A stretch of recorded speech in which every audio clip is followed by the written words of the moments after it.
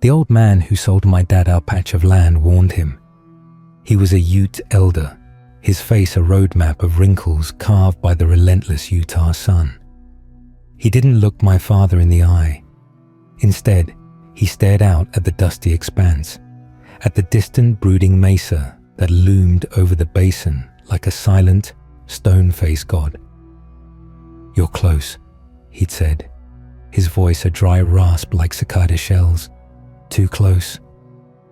My dad, a city boy transplanted to the high desert with dreams of rustic self-sufficiency, just chuckled and handed over the check. "Close to what? The nearest town is a good hour's drive." The old man finally turned his gaze, and his eyes, dark and fathomless, held no humor. "To the ranch," he said. "The one they call Skinwalker."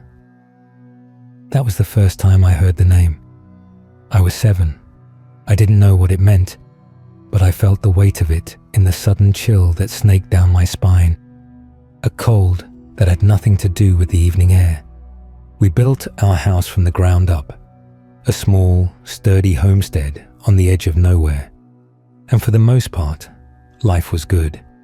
The sky was bigger out there, the stars brighter. The silence was a living thing, but it was a silence that often felt observant, watched. The Uintah Basin isn't just empty land, it's ancient land, steeped in stories and blood and things the modern world has tried very hard to forget. My dad, for all his initial skepticism, learned the local customs quickly. He learned about the strange lights that danced on the horizon, the bizarre cattle mutilations that plagued nearby farms, and the whispers of things that walked on 2 legs but weren't human. He learned the rules, and there was one rule, above all others, that he drilled into me with a terrifying seriousness I'd never seen in him before or since. One rule that was absolute, unshakable, and a matter of life and death. "When a storm rolls in," he told me one night, his hand gripping my shoulder so tight it hurt, "you get inside, you lock the doors, you close the curtains, and you do not, under any circumstances, look outside. You don't make a sound. You stay inside until the sun is up and the sky is clear. Do you understand me, Michael?" I nodded, my throat tight. It wasn't the thunder he was talking about. It wasn't the lightning. It was something else. Something that came with the storms. The storms in the basin were unlike any I've seen anywhere else. They didn't just roll in, they materialized. One moment, the sky would be a placid, sun-bleached blue. The next, the horizon would turn a bruised, sickly purple green. The air would become heavy, charged with a strange metallic tang of ozone and something else, something vaguely organic and foul, like meat left too long in the sun. The wind wouldn't just blow, it would speak in 1,000 different voices, whining through the eaves, shrieking across the plains, sometimes dropping to a low conspiratorial whisper that seemed to be right outside your window pane. My first real taste of the terror came when I was 10. It was a late August afternoon. The heat was oppressive, the air thick enough to chew. My dog, a scruffy mutt named Gus, had been acting strange all day, whining and pacing by the back door, his hackles raised. I was in my room, trying to assemble a model airplane, when my dad burst in. "Storm's coming, Mike. Inside. Now." His face was pale, beaded with sweat. I looked out my window. The sky was already the color of a fresh contusion. A strange, eerie silence had fallen, the kind that precedes chaos. Even the insects had gone quiet. I scrambled to help him, my heart hammering against my ribs. We went through the house like a well-oiled machine, a frantic ritual I knew by heart. All the windows latched shut, thick blackout curtains drawn tight. Every door locked, deadbolted. Dad even wedged a chair under the knob of the front door. We huddled in the living room, the only light coming from a single battery-powered lantern that cast long, dancing shadows on the walls. Gus was whimpering, pressed against my legs, shivering uncontrollably. Then the sound started. It wasn't thunder, not at first. It was a low, guttural drumming that seemed to come from the earth itself, vibrating up through the soles of my feet. The wind began to pick up, and with it came the voices. At first, it was just the usual moans and shrieks, but then it became more distinct, more articulate. It sounded like people, crying, pleading, "Help me, please, it's so cold." It was a woman's voice, thin and reedy, sounding like it was just on the other side of the wall. I looked at my dad. His face was a mask of stoic terror. He put a finger to his lips, his eyes wide and commanding. "Don't make a sound." Then a man's voice joined in, rough and desperate. "Let us in. For God's sake, open the door." My 10-year-old brain struggled to process it. Were people caught outside, in this? My hand twitched towards the curtain. I had to see. I had to know. My dad's hand clamped down on my wrist like a vice. His eyes burned into mine. "Don't." The drumming grew louder, closer. It was punctuated by sharp, cracking sounds, like massive tree branches snapping. But there were no trees tall enough to make that sound anywhere near our house. Then came the scratching. It started on the roof, a skittering, scraping sound, like giant claws dragging across the shingles. Scree, scree. It moved back and forth, methodically, as if searching for a way in.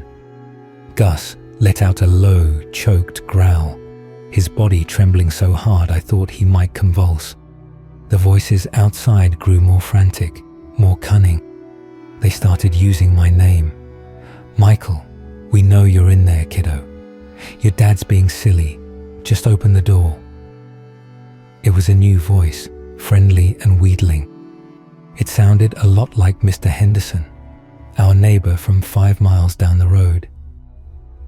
"Mikey, it's me," another voice cried, this one sounding chillingly like my mum, who had passed away 3 years prior. My blood ran cold. "I'm lost, baby. Let me in, I miss you." Tears streamed down my face. It was a trick. It had to be a trick. My dad held me close, his own body rigid with tension. He whispered in my ear, his breath hot and shaky. "They mimic Mike. They learn, don't listen. It's not her. It's not anyone." The scratching moved from the roof to the walls, then to the windows. A loud tap, tap, tap on the living room window, right where I was sitting. It was sharp and deliberate, the sound of a long fingernail or a talon on glass. I couldn't help it. I flinched violently, a small yelp escaping my lips.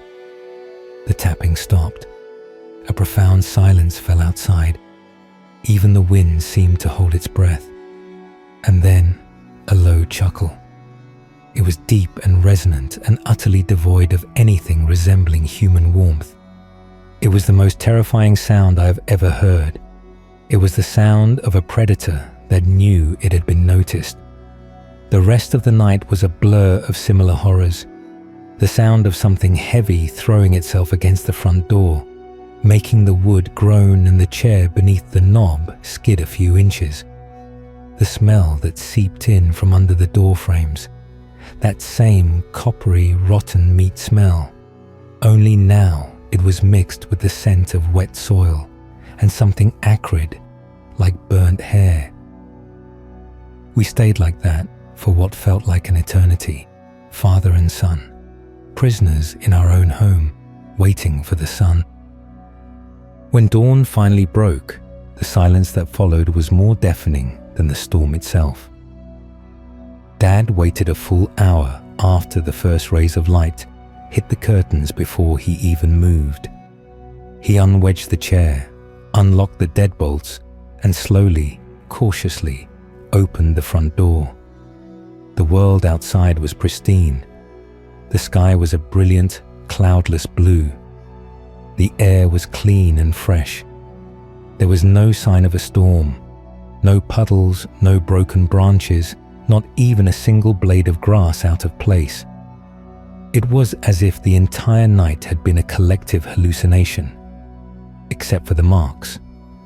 All around the house, in the soft dirt of the foundation, were tracks. They were large, vaguely canine, but the stride was wrong. They were bipedal. The prints showed 3 long, claw-tipped toes and a hind pad, like a bird's, but massive. And they were everywhere, circling the house again and again. And on the front door, at about the 7-foot mark, were 3 deep gouges in the wood, splintering the frame. I left the basin for college and never really looked back.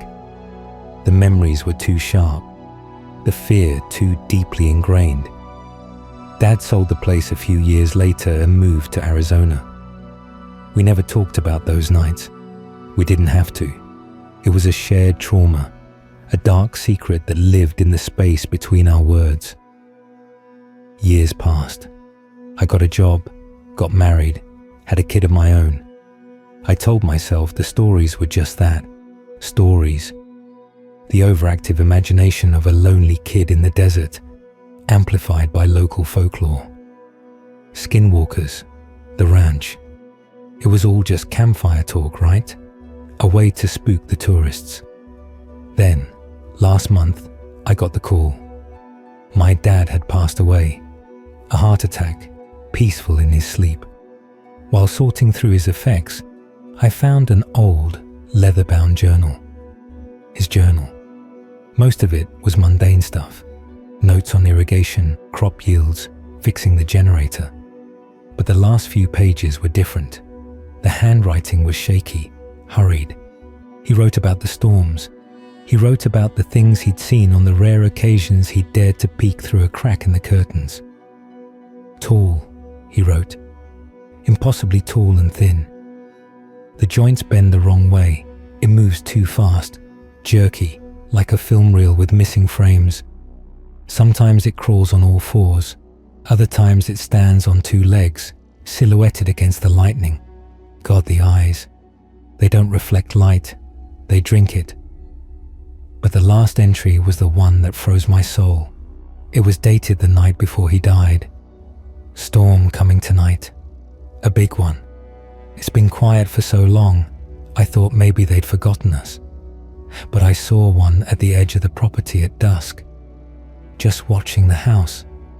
It looked different. It looked like it was wearing a man's skin, but it was ill-fitting, stretched and distorted over its frame. It saw me. It smiled. I know this is the last one. It feels different. Michael, if you're reading this, never go back. Burn this journal. Forget the basin. Forget the ranch. It's a hungry place and it never forgets you. Reading his words, the carefully constructed walls of my adult skepticism crumbled into dust. The childhood terror came rushing back, as raw and potent as it was 20 years ago. And with it came a terrible, irrational need. A need to go back, to see the place one last time. To say goodbye not just to my dad, but to the ghosts of that desolate land. My wife pleaded with me not to go. She said it was morbid, that there was nothing for me there. But I couldn't explain the pull, the grim magnetism of the place. So I went. I rented a truck in Salt Lake City and drove the long, lonely hours into the basin. The landscape was just as I remembered it, beautiful and menacing in equal measure. I found the old house. It was dilapidated, windows shattered, the porch sagging. A for sale sign, bleached and peeling, was nailed crookedly to a post. I spent the afternoon walking the property, my feet tracing paths I hadn't walked since I was a boy. The memories were everywhere, ghosts in the bright sunshine. I felt foolish. There was nothing here but dust and decay. My dad's last words, I told myself, were just the ramblings of an old man whose loneliness had gotten the better of him.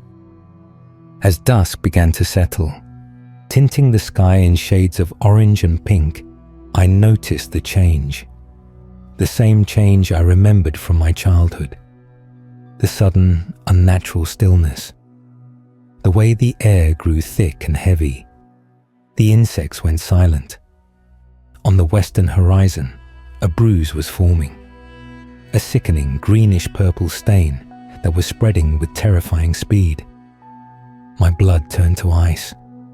My dad's words screamed in my mind. Storm coming tonight. A big one. Panic seized me. My rental truck was a quarter-mile away down the dirt track. I wouldn't make it. My only option was the house. The derelict, broken house. It was a death trap, but it was the only shelter I had. I sprinted, my lungs burning, my heart threatening to explode. The wind kicked up in a ferocious gust, throwing dust and grit in my eyes. I stumbled up the rotting porch steps and threw my shoulder against the front door. It splintered open, and I fell inside, landing hard on the dusty floorboards. I slammed the broken door shut, wedging it with a piece of fallen timber. The sun had vanished. The world outside was plunged into a deep, unnatural twilight. The first drops of rain began to fall, not like water, but thick and oily, streaking the grimy window panes. And the drumming started, from the earth, deep, resonant. Thump, thump, thump. I was 10 years old again, paralyzed by a fear so profound it was almost sublime. I scrambled into the main living area, away from the shattered windows. The wind was howling now, and the voices started, whispering from every broken pane, every crack in the walls. They didn't bother with pleas this time. They were mocking, taunting. They used my dad's voice. "You came back, son. I told you not to come back, foolish boy." Then my wife's voice. "Michael, honey, why are you hiding in there? Come outside with us. There's something I want you to see." A tear rolled down my cheek, hot against my cold skin. I crammed myself into a corner, pulling my knees to my chest, making myself as small as possible.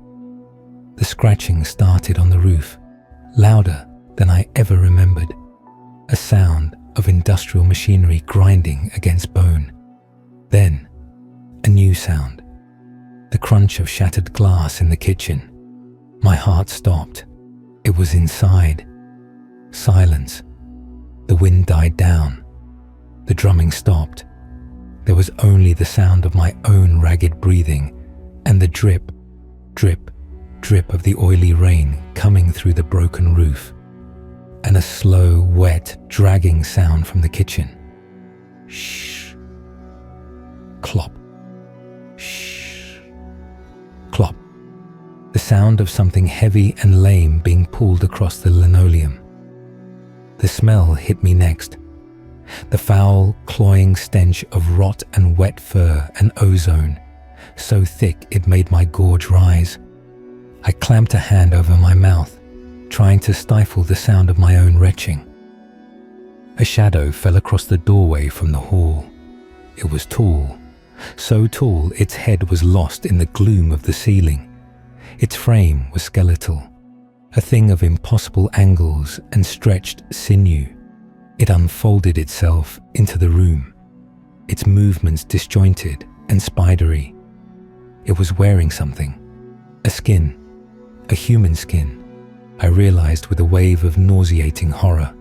It was pale and flaccid, and I could see where it was poorly stitched together at the seams, dark fluid weeping from the sutures. It turned its head. The face was a nightmare parody of a human's. The eyes were too far apart, black, glossy pits that seemed to absorb the dim light. The mouth was a lipless slit that stretched too wide, pulled into a grotesque, knowing smile. It wasn't my dad's face, but it was wearing his voice. "See, Michael," it rasped, the sound a dry rustle of dead leaves. "I told you, a hungry place." It took a step into the room. The shh clop sound was one foot dragging, the other hoofed, a dark, chitinous thing that clicked sharply on the wood floor. It raised a long, spindly arm. The fingers were elongated, tipped with yellowed, filthy claws. It pointed at me. The smile widened, splitting the face. And it spoke again, not in my dad's voice, not in my wife's, but in a voice that was ancient and vast, and filled with the cold, empty hunger of the desert itself. It spoke a word I did not understand, a guttural arrangement of sounds that scraped at the inside of my skull. But I knew what it meant. It meant mine. I don't know what happened next. My mind simply broke. I remember a scream, my scream, and then nothing but a black, merciful void. I woke up in a hospital in Vernal. A hiker had found me at dawn, wandering delirious on the main road, babbling incoherently. I was suffering from exposure, dehydration, and what the doctors called a severe psychotic break. They told me I was lucky. They said the storm that night was one of the worst in years. It had caused flash floods and downed power lines all across the basin. They said it was a miracle I wasn't killed by a lightning strike or washed away in a flood. I didn't tell them about the house. I didn't tell them about the tracks, or the voices, or the thing that wore a dead man's skin. They would have locked me up and thrown away the key. I'm home now, with my wife and son. I try to be normal. I go to work. I play catch in the yard. I kiss my family goodnight. But something is wrong. The fear I brought back from the basin isn't just a memory. It's a presence, a stain. Sometimes when the house is quiet, I hear things. A faint scratching on the other side of the wall. A low whisper on the wind that sounds like my name. My dog won't come near me anymore. He just whimpers and backs away, hackles raised, and the storms, I can't bear them. When the sky darkens and the thunder rumbles, I lock myself in the basement. I huddle in the dark, shaking, waiting for the sun, because I know the rule, the one rule. But the worst part is at night, when I'm alone with my thoughts. I close my eyes and I can see that thing in the doorway. I can hear the word it spoke. And I have this gnawing, terrifying feeling that the rule isn't enough anymore. That I didn't just escape that night. I was let go. And that sooner or later, it will come to collect what it marked as its own. Because sometimes, when I look in the mirror, in the split second before my brain recognizes my own reflection, I see eyes that are not my own. They are dark and empty, and they drink the light. And behind my own lips, I can feel the shape of a terrible, terrible smile.